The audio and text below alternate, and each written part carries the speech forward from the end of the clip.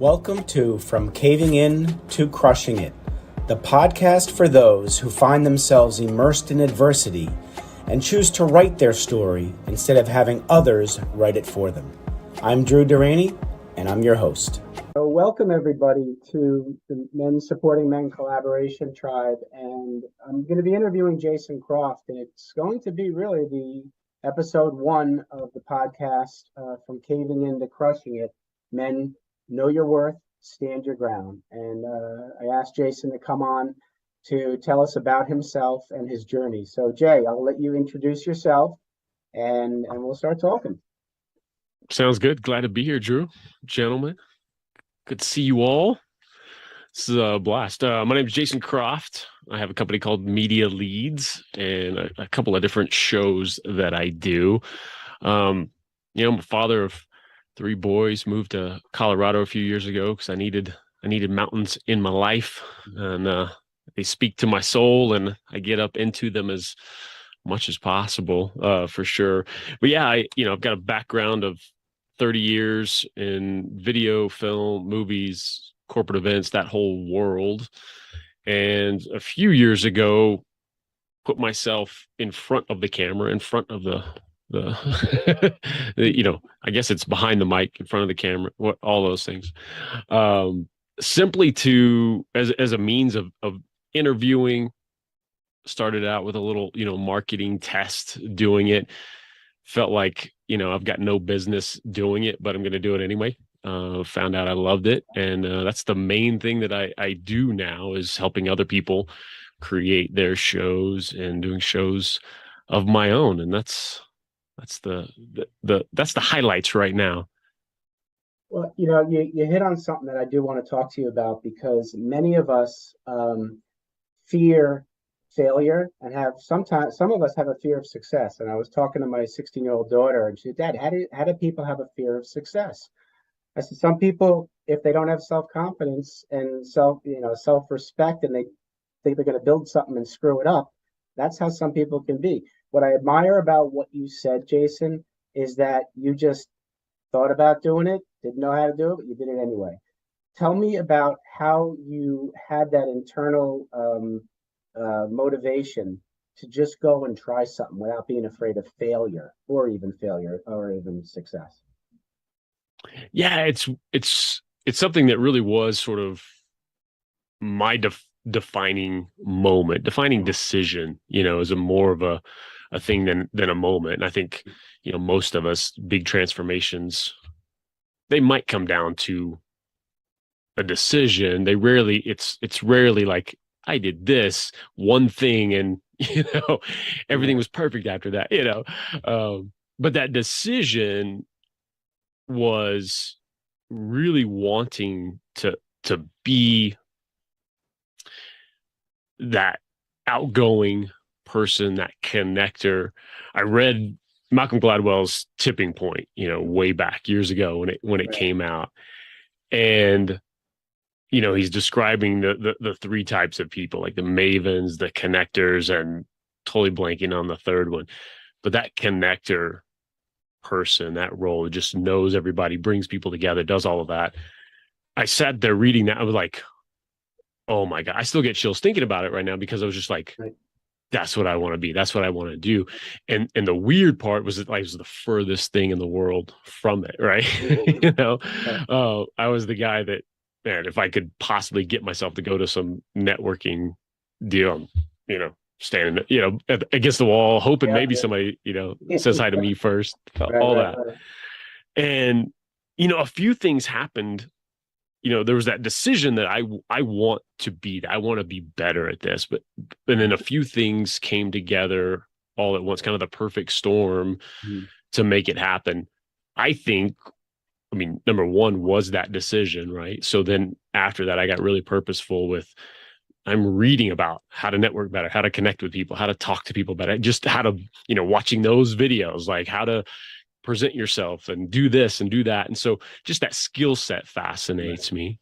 I think turning 40 was one of those things that, I don't know, there was something to like, oh, I don't give a crap what people think. Like, I just all of a sudden realized it. I'm like, oh, who cares, And Right. so then I'm busting through the doors of a networking room. Hey, what's up, everybody? Like just Yeah. that little decision. Right. I mean, that's a big filter to put everything through. If you don't care anymore, you're not worried about it anymore. Right. And then along that same time, I started a show called Startup Dallas. I worked for a video production company when I was back in Dallas. Mhm. And just as a marketing idea, it's kind of discovered the startup community and thought they would be perfect, you know, just a whole avenue for, selling video production services that, Mhm. was my role, marketing and sales. Right. And I was like, oh, well, this is cool. I'm just, I always look for that unique thing to kind of figure that out and get in front of people and talk to people instead of just like, hey, you want to buy this? Hey, you want to buy this? Right. And we're sitting here with a studio, we've got all the gear, all the space. I was like, we just kind of start a show, interview the people who, we'd love to eventually be clients and all that kind of stuff. Mhm. I mean, nobody else is going to sit in the chair and do the interviews. I'll do it, what the heck. Right. Right.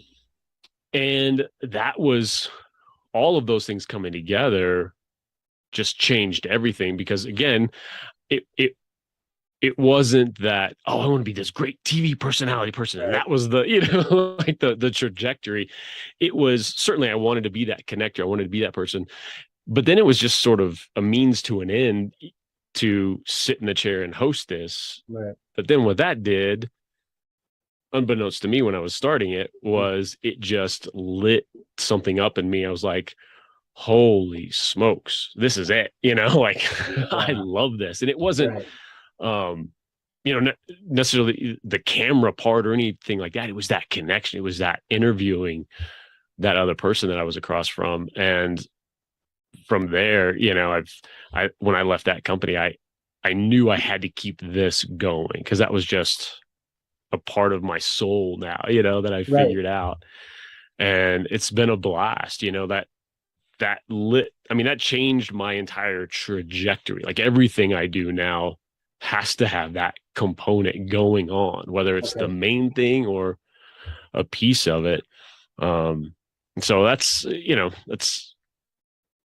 it's one of those things that it's good that it's functional. There's a use for it, but it's Right. also like, I've got to do this, it's Absolutely. so much fun. So if you hadn't picked up that book, Tipping Point by Malcolm Gladwell, where do you think you'd be? I don't know. That's always tough. It would have been something else? Would I still have done maybe the show thing down the road Right. Right. because it was still just a marketing idea? Yeah. Who knows? But it was something that it allowed me to it painted that picture, right? Yeah. Like, Right. oh, that's it. Like these vague things of I'd like this quality or I'd like that quality. It was like, Mhm. that's the thing. And so I went from, you know, being the furthest thing from that, like I Yeah. said, Right. to 2-3 years later, I've got one of the top like connector people in Right. Dallas Yeah. calling me because she needs this type of person at her next event. Hey, I know you know everybody. Can you do that? And it was one of those little moments. I was like, oh, that's cool. Like Yeah. that's neat. Wow. To kind of navigate that and again, I think we all need those things too to look back on Mhm. Mhm. and go, oh yeah, this wasn't just happenstance. You Right. did these things to make this end goal happen. Absolutely. What's next? Because Yeah. we always have something else we want to do. And when we haven't done it at all, it's so easy to just go like, I don't, all we have to compare it to are the people who are already successful and already doing it. Like, how am I possibly going to get to that level? Right. But when we could take a step back and go, okay, what have I done purposefully? And, you Right. know, put those things into motion. And then like, oh, it gives us that little bit of confidence to just take that first step and then do, oh, okay, I can kind of maybe do this, get a little more confidence and keep going down that road. Absolutely. A lot of people don't get that taste of I have to do this. We have a lot of people, men especially, who don't have something to look forward to, right? And they don't realize that they control whether or not there's something to look forward to. So with you, how old were you when you picked up that book, out of curiosity? Do you remember? Oh gosh. It would have been, what do you think? Like, I can't remember the year that the book came out. Maybe 2012, maybe 10 years ago. Okay, so in your 2012, 2013, somewhere in there. okay, Yeah. all right. So I'm wondering where were you in your life at that time that made you really think about wanting to find out who you are? Because did you know your purpose back then, or did you discover your purpose around that time? Oh gosh. Well, I mean, my main drive, Hmm. like from high school until about 2010, was film, movies, making movies. That was it. It was one of those, like, I knew in my soul that if somebody handed me $100 million, it would be like, okay, what are you gonna do now? I'm going to take this money and make a movie. It was like, Got it. Right. it wasn't like that, quit and go do something else. Mm, And so that was my main driver for the longest time, right. until and that was the weirdest thing. But there was a time, it just, that passion and desire just went away. I had plenty of, I mean, that's just what I did, at all Right. different variations, from shooting and lighting and Mm, producing and doing all that. mhm. And that was almost a switch, like a light switch being turned off. That was the strangest thing, that desire and that passion, it went away almost overnight. Like, Wow. I was physically ill at the thought of being on a set. I mean, it was crazy. And so there was some time in there for sure of, like, now what? Because Now what? Right. that's been it. Like, that's been the North Star, right? Mhm. Forever. Um, what filled that, and a little bit of crossover there, as I was getting interested in producing when I was making Mhm. movies and all of that, which is very much the logistic side, the business side, all of that, Right. which I loved as much as the creative shooting and lighting side. That enjoyment and passion kind of came in there, that love of business, specifically marketing and Right. sales. Right. Um, and so that sort of sent me down that path, which, Right. just kind of following that. And Yeah. Well, no, something I've been actually working on for myself, and it's been very interesting to see it. Is I've had what my business life has been, and then I look at the timeline and I overlay what was happening in my personal life at the same time stuff was happening in my professional. So I'd like to ask you, if I can get a little personal question, is um, around that time, let's say 2012. I know you've told me you've gone through a divorce like I have. While you were going through that divorce, which is a very stressful thing, whether or not the divorce turns out okay and all that, and what was happening, to give me that timeline of personal and professional at the same time, and how you handled it and how you got through that situation. during the divorce time, Yeah. yeah. So I'm very fortunate that, it's very positive situation. I mean, my ex and I are incredibly good co-parents and just Mhm. friends and on the same page, and Yeah. I count myself so fortunate for that constantly. Um, and it doesn't mean it wasn't hard, Right. by Right. any Right. means. Right. So we'll say the first time we were getting a divorce Yeah. was 2018, Okay. and you know she came to me. I want to get a divorce. Um, and honestly, the biggest stressor in all of it, the most anger inducing aspect of it, was me being away from my boys. I've got three boys. Mhm. Um, and the fact that I would see them 1 second less than I would have otherwise, Mhm.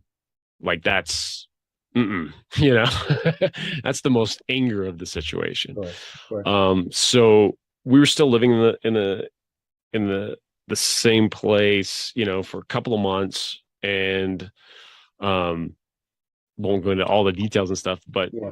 she then came back and said, I want to, let's give this another shot, Um, I had actually met someone in between that, and I think seeing that scared the shit out of her, a little bit. Well, Yeah. I mean, I know it did. That's her words, Absolutely.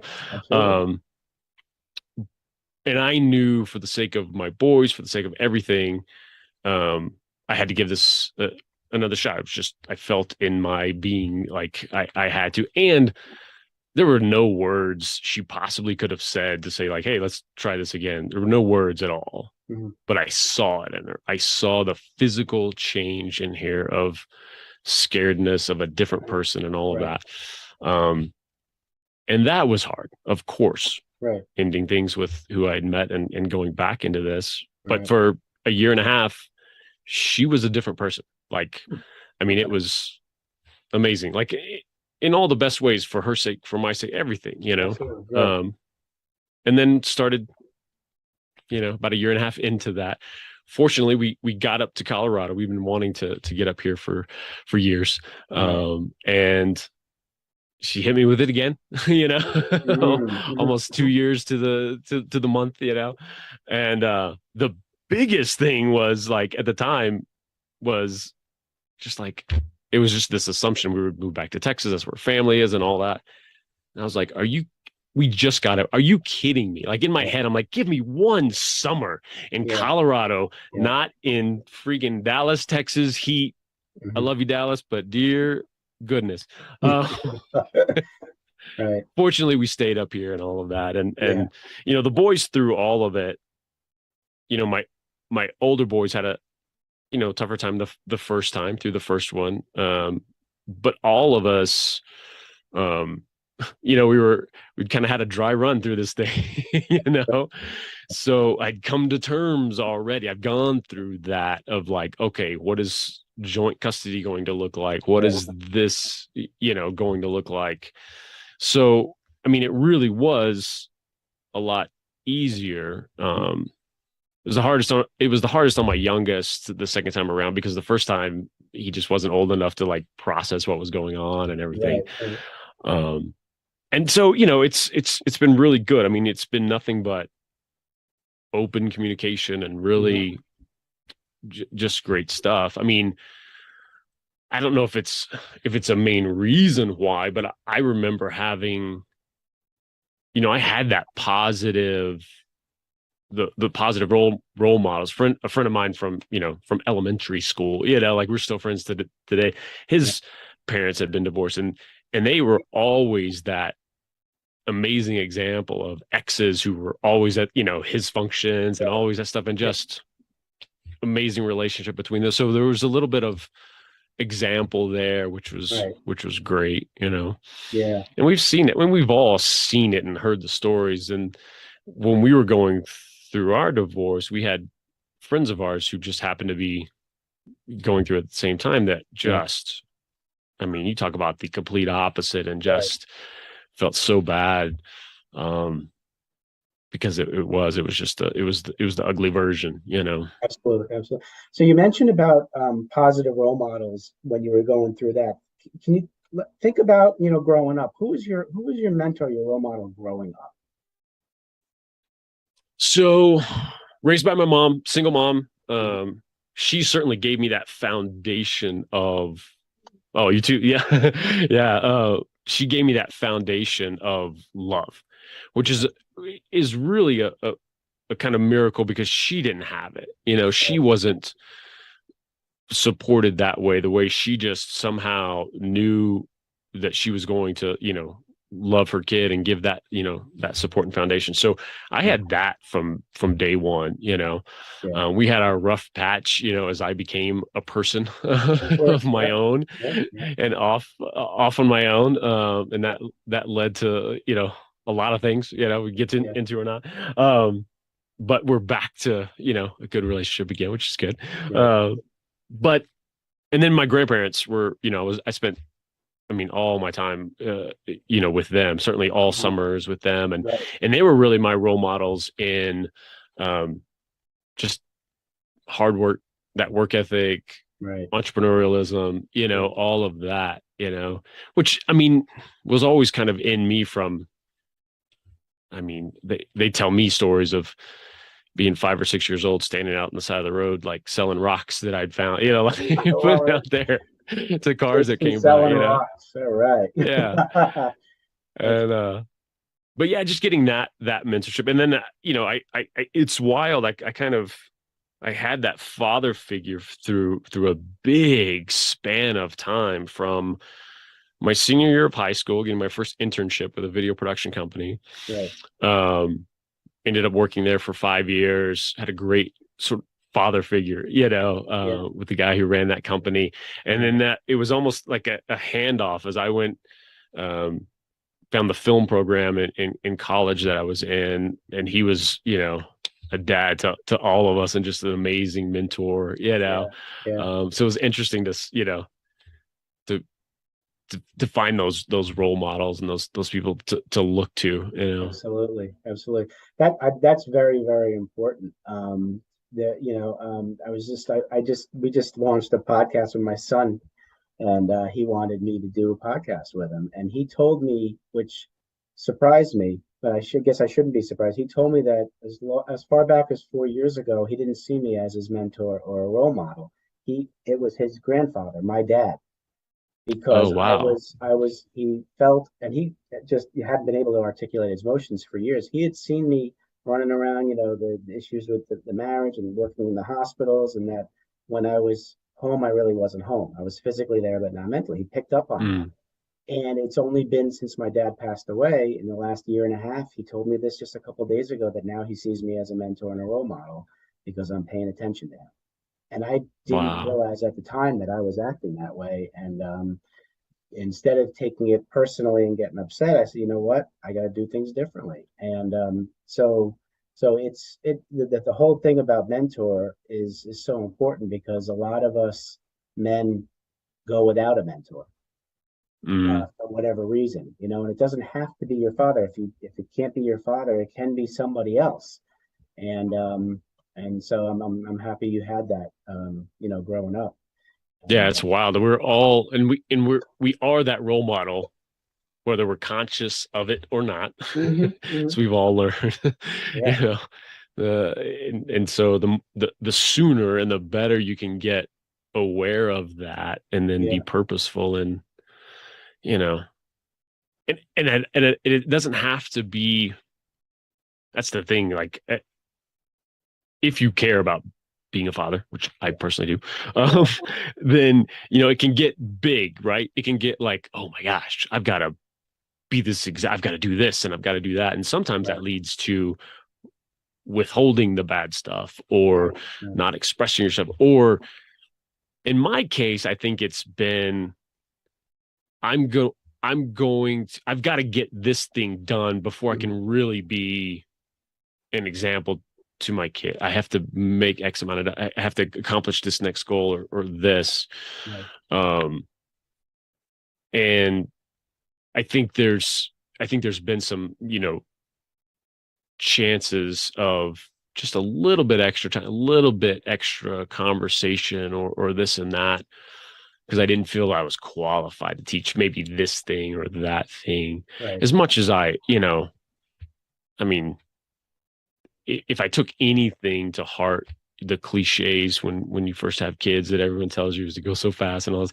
If that's one thing I took to heart above anything else, and just every minute I can, be there, and it's still too fast and goes to, but Absolutely, you know, absolutely.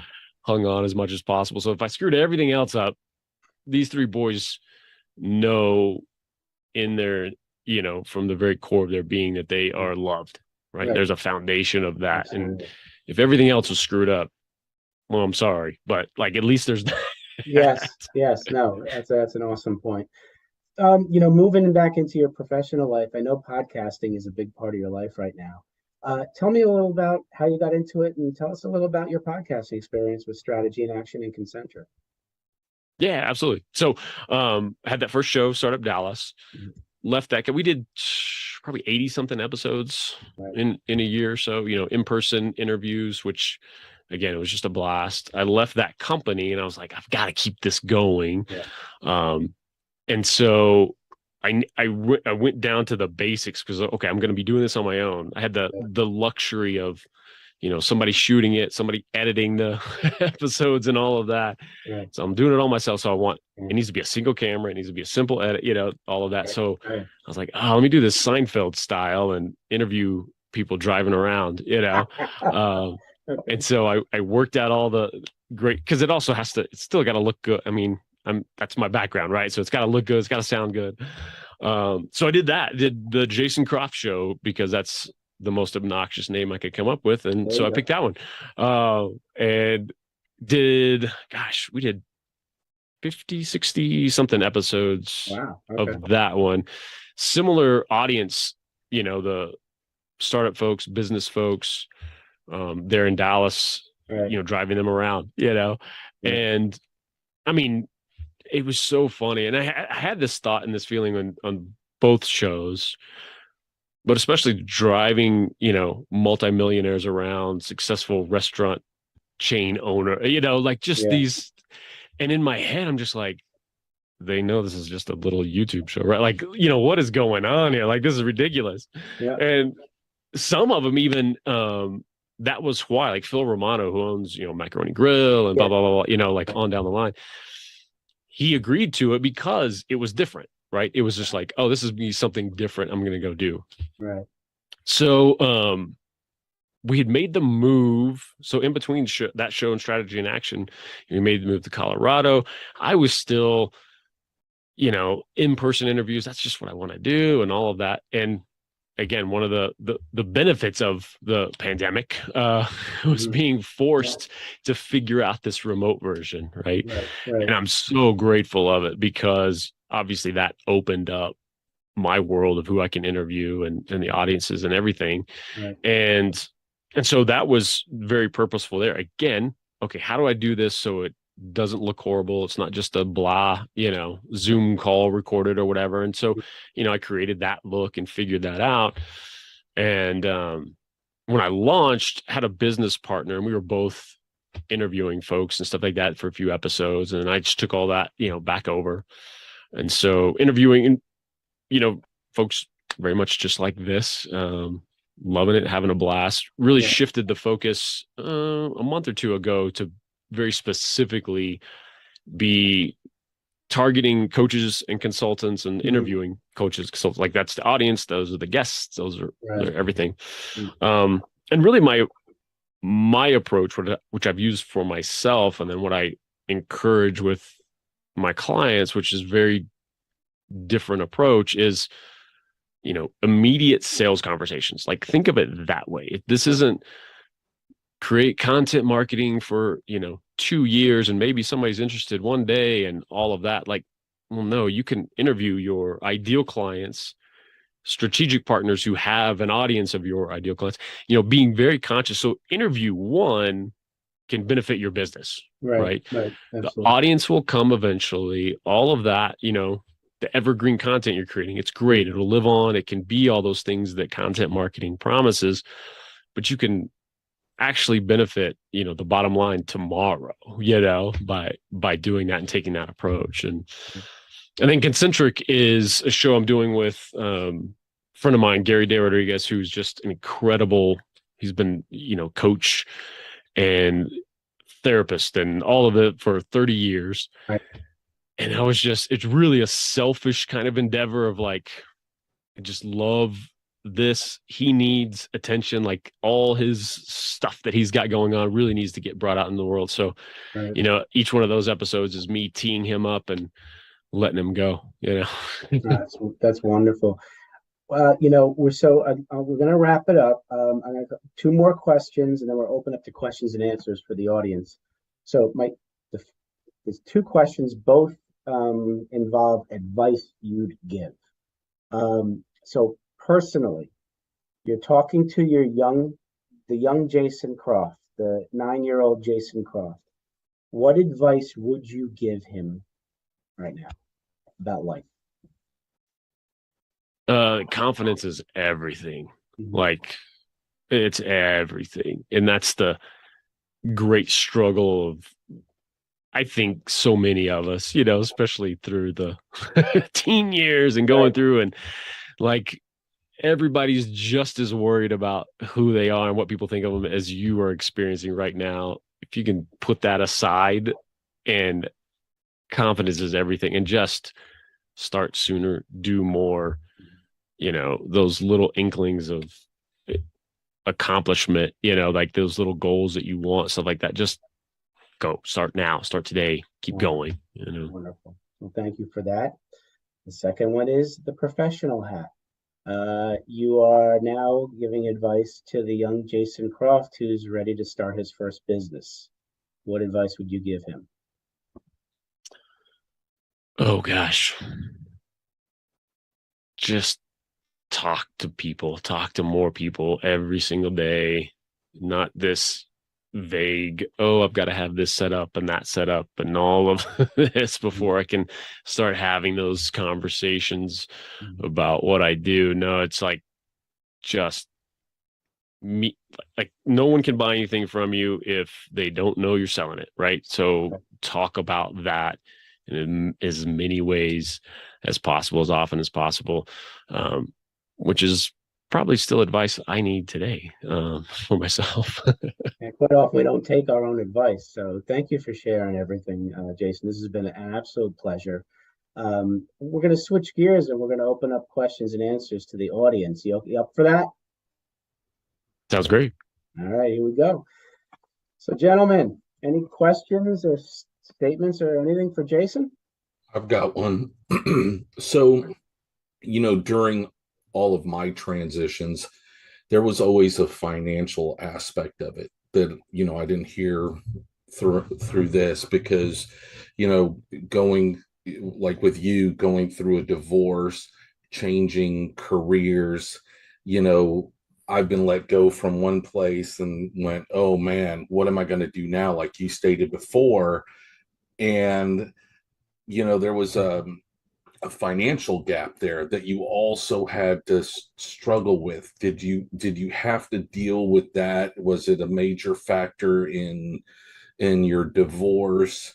Dealing with your kids, because everything hits us at one time every blue moon, and you're just dealing with 50 different things coming at you at the same time. But one of them is the major focus is financial. And so did you, when you left film and all of that, did you have those kind of struggles moving forward once you left that industry and started figuring out what you need to do? Because I think a lot of men need to hear support on that kind of end as well.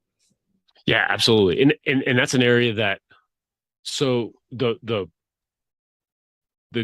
good part is,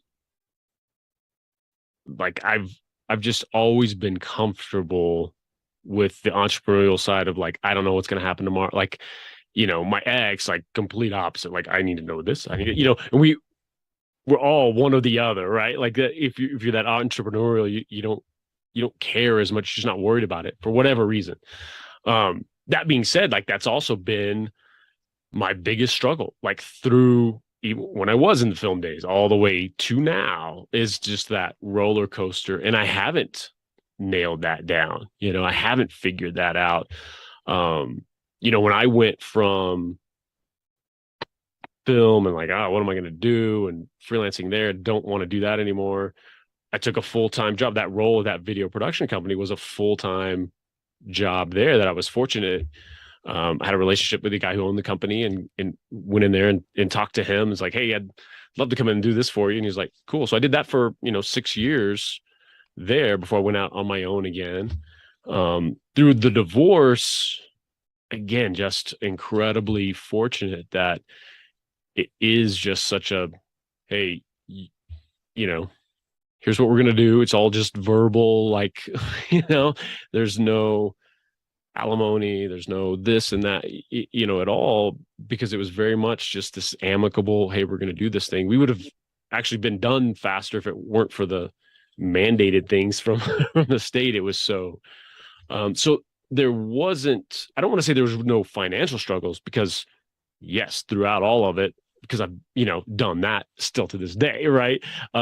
Those changes, I think it drew out the timeline more of, again, that advice that giving myself. Still need to take that. I still need to be more purposeful with just, here's what I'm doing.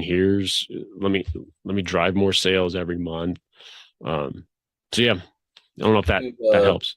You know, I think relationships also change as well when you go from having your own thing to now having a full-time job.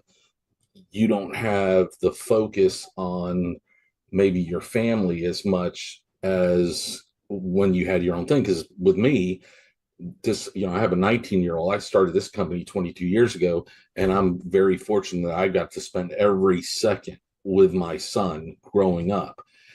And I always dreaded if I had to get a full-time job, I would lose. So did that affect your kind of situation as well? Yeah, it was a little flipped and similar both. So it's the freedom, right? Like it's great. My ex went back and forth from like having a job, not having a job, all of that. Like we would decide like, okay, this is great. Just stay home, be with the boy. But I had big stretches, right, between just freelance gigs or whatever it was, where I was the one at home, which she still didn't ever believe me, but I loved it. I loved so much, like being home, being with those boys. And my second child, like I had that from almost day one for the first several years of his life. I mean, it was like, I want dad. That's it. Like, and of course that feels great. Right. Because I had that freedom, like to be there. But at the same time, like when my first son was born, I was gone 6 months out of that year because freelance jobs took me all around the world, and I was here and I was traveling, and you don't say no because like, when's the next one coming? Right. And so that's why it was a little bit flipped, where when I took the full-time job in 2010, it allowed me to have just this regular schedule. I wasn't, traveling like crazy. We knew what was coming in, and, so it actually brought some stability there.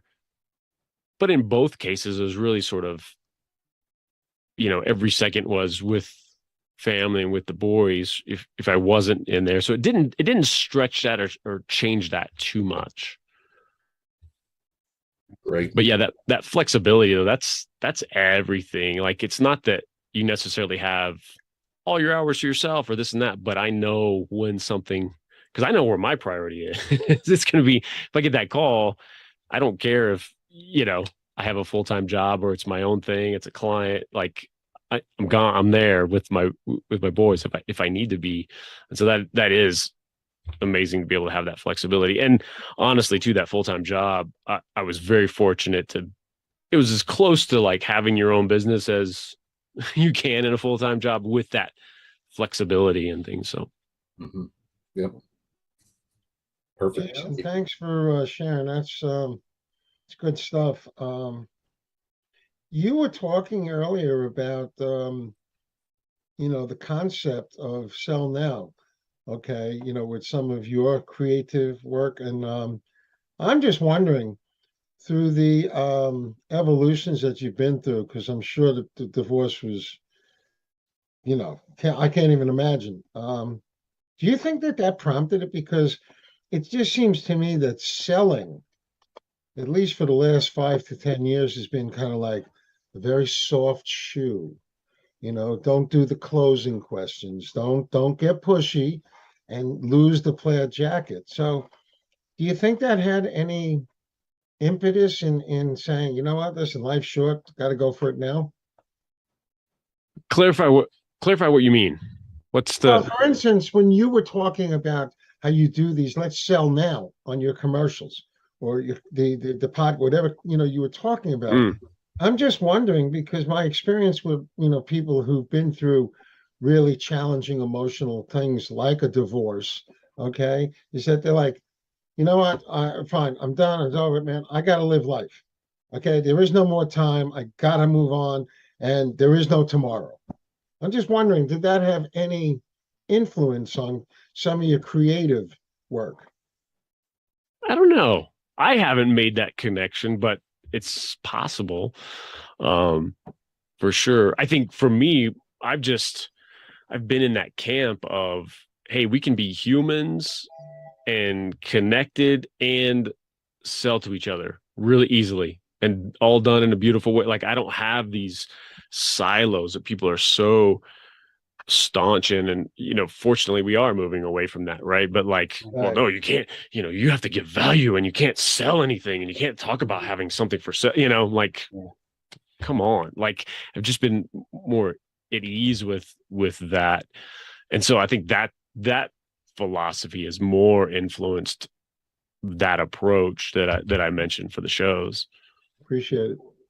Cool. So we've learned a lot about Jason. I want to give each one of you a chance to just tell Jason a little about yourselves and what you do, and then then we can wrap it up. So who wants to start?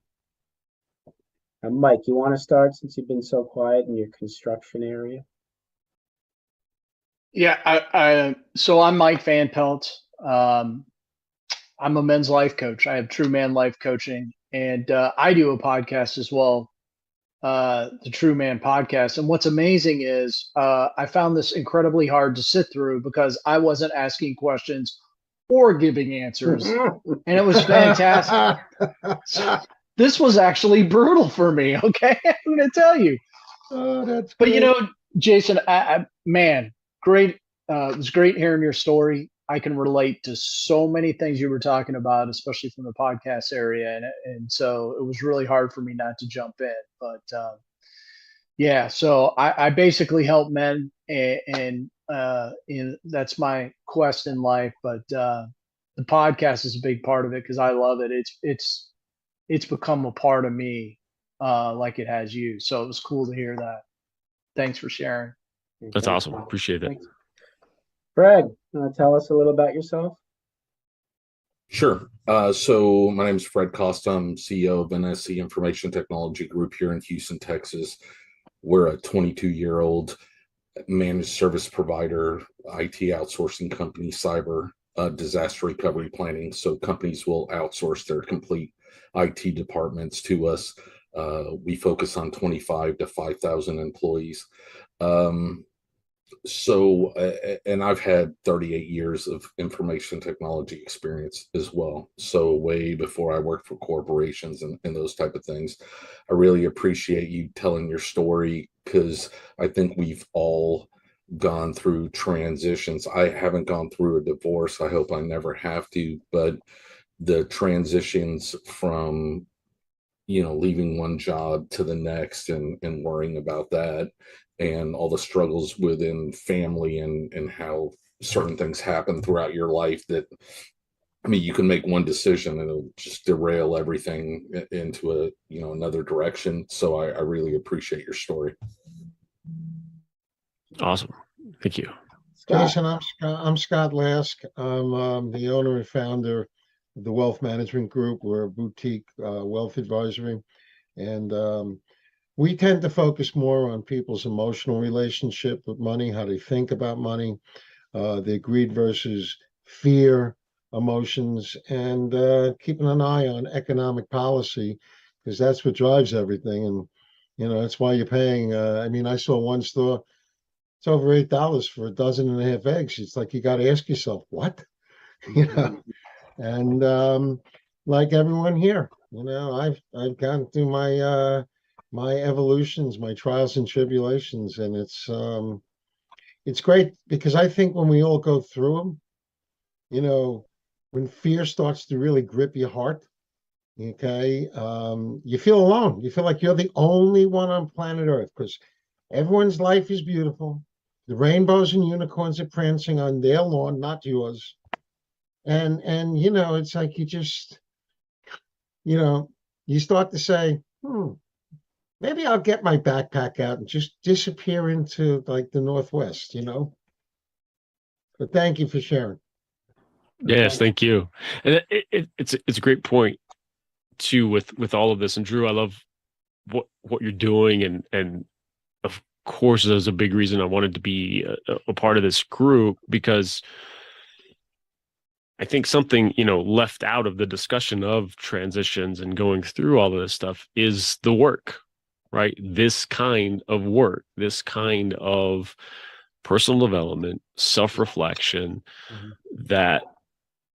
that's the only thing that gets you through this kind of stuff in any kind of positive way, right? And it's, something I learned a while ago was, personal development wasn't this end goal. Like, I don't do this thing and now everything's perfect. I don't learn this thing and then it's all done. And I say I learned that because I know I had that mindset. I was constantly frustrated with myself because since being a teenager, listening to Tony Robbins tapes and Les Brown and, going through this stuff and been on that journey, learning those tools. And finally it hit me. It's like, okay, well, this isn't a done. This is so that when you're in that transition time and this shit's hitting you, it doesn't keep that stuff from happening. But when you're going through it, you can go, okay, this is what needs to happen now. This is how it's affecting this person. The more of those tools that you learn through this whole process, that's everything. And, bringing it all the way back to, the tipping point and having that picture of like, oh, that's what it could look like. Well, that's what this group is exactly for. So that if nobody's ever heard of personal development before, the men who it's not in our conversation and they haven't grown up with, they haven't why that's happened, why it's happened. Jason, they can point to it. Yeah. I didn't have any good male role models until I was 24. My father died when I was 7 suddenly. My uncles meant well, but they really were just, big bullshit artists, wannabes. And, you flounder, you feel like you're literally like, if you've ever been deep in the wilderness and it's dark and you don't have a flashlight, you really can't see your fingers in front of your face. Okay. And you realize after a while that you can read all the Tony books you want, but if you don't do the work, and it's finding out what it actually means, the concept of you got to do the work. That's just going to sound crazy because Drew knows I'm Jewish. This is when you have your come to Jesus moment. But you got to have that, at least for me. Yeah. I got to have that because otherwise the light bulb won't go off. No. So.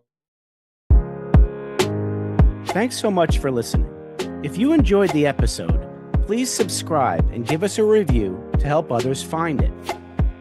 I'd like you to answer this question. Are you living the life you want to live, or are you living the life others want you to live? I'd like you to think about that for a second, because I strongly suggest you live the life you want to live. If you want to learn more about what I stand for and my services and how I'm able to help many men get out of their own way, please go to my website at www.profitcompassion.com. Feel free to also email me at drew@profitcompassion.com. I'd love to have a conversation with you. Take care of yourself and choose to write your own story instead of letting others write it for you.